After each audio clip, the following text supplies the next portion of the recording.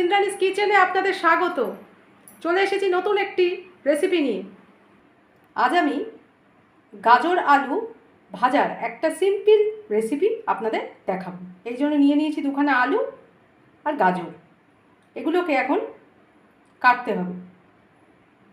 এই যে দেখুন, এখানে গাজর আর আলু কেটে নিয়েছি। গাজরগুলোকে এইরকম ঝিরি করে কাটতে হবে, আর আলুগুলোও ঠিক এইভাবে কাটতে হবে। দেখুন, মশলাগুলো গাজর আলু ভাজার জন্য নিয়ে নিয়েছি। দেখুন, প্রথমেই ভাজার জন্য নিয়ে নিয়েছি সর্ষের তেল, নিয়ে নিয়েছি হলুদ গুঁড়ো, আর নিয়েছি নুন পরিমাণ মতো দেবেন। ফোড়নের জন্য নিয়েছি কালো জিরে, আর নিয়েছি শুকনো লঙ্কা। শুকনো লঙ্কাটা ভেজে গুঁড়ো করে ওর মধ্যে দেবো, তাহলে সেন্টটা খুব ভালো হবে, ফ্লেভারটা। গরম জলে আমি গাজর আলুটা একটুখানি ভাপ দিয়ে নিচ্ছি।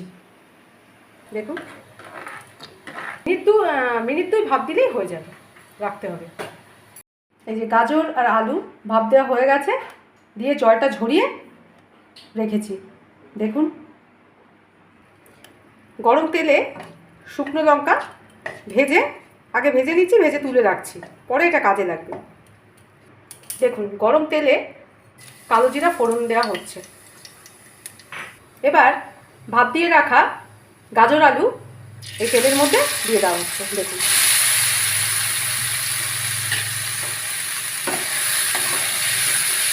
নাড়া হচ্ছে, ভাজা ভাজা হয়ে এসছে। এবার পরিমাণ মতো এর মধ্যে নুন দিয়ে দেওয়া হচ্ছে, আর দিয়ে দেওয়া হচ্ছে পরিমাণ মতো হলুদ। এবার নুন হলুদ দিয়ে নাড়া হচ্ছে। এবার ফ্লেমটি লো করে একটু ঢেকে দেওয়া হবে, কিছুক্ষণ রাখতে হবে ঢেকে। দেখুন, গাজর আলু ভাজা হয়ে গেছে।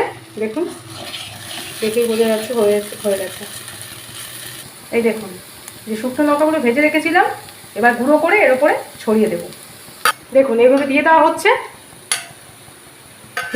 দেওয়া হচ্ছে। দেখুন, এতে ফ্লেভারটা ভালো হবে। এবার ওই শুকনো লঙ্কার গুঁড়োগুলো এই ভাজার সাথে একটুখানি নেড়ে মিশিয়ে দেওয়া হচ্ছে। এই দেখুন, গাজর আলু ভাজা একেবারে রেডি। দেখুন, এটা আপনি গরম ভাতে, লুচি দিয়ে, পরোটা দিয়ে খেতে পারেন।